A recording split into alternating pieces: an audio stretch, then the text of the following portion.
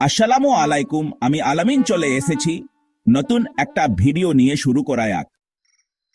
আপনার ওয়েবসাইট যদি Google black list করে দেও তাহলে চিন্তার কিছু নেই।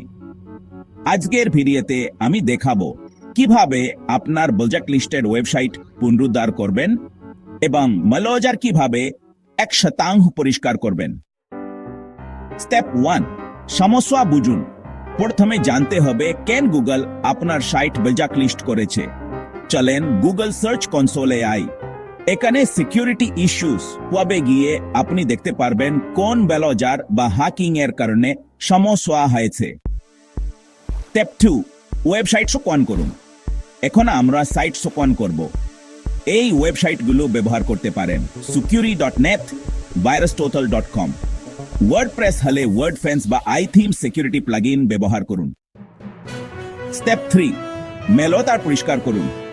স্ক্যান করার পরে যদি ম্যালওয়্যার পাওয়া যায় তাহলে নিচের কাজগুলো করতে হবে। এফটিপি বা ফাইল ম্যানেজার দিয়ে সন্দেহজনক পিএইচপি ফাইলগুলো মুছে ফেলুন। ইভেল টাইপ করে খুঁজুন এবং রিমুভ করুন। থিম এবং প্লাগইন আপডেট বা নতুন করে ইনস্টল করুন। ডাটাবেস ইনজেকশন হলে সেটাও ম্যানুয়ালি চেক করতে হবে। স্টেপ 4, সিকিউরিটি বাড়ান। যখন আপনার সাইট ক্লিন হয়ে যাবে তখন এইগুলো করুন। SSL সার্টিফিকেট চেক করুন। অ্যাডমিন ইউজার নেম পাসওয়ার্ড পরিবর্তন করুন। ওয়েব ফায়ারওয়াল যোগ করুন, এমন সিকিউরিটি বা ক্লাউডফ্লেয়ার। স্টেপ 5, গুগলে পুনরায় রিভিউ অনুরোধ।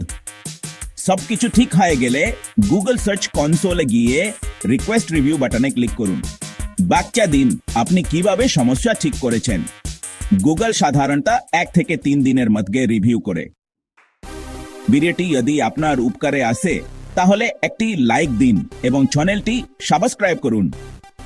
কমেন্টে জানান আপনি কোন সমস্যা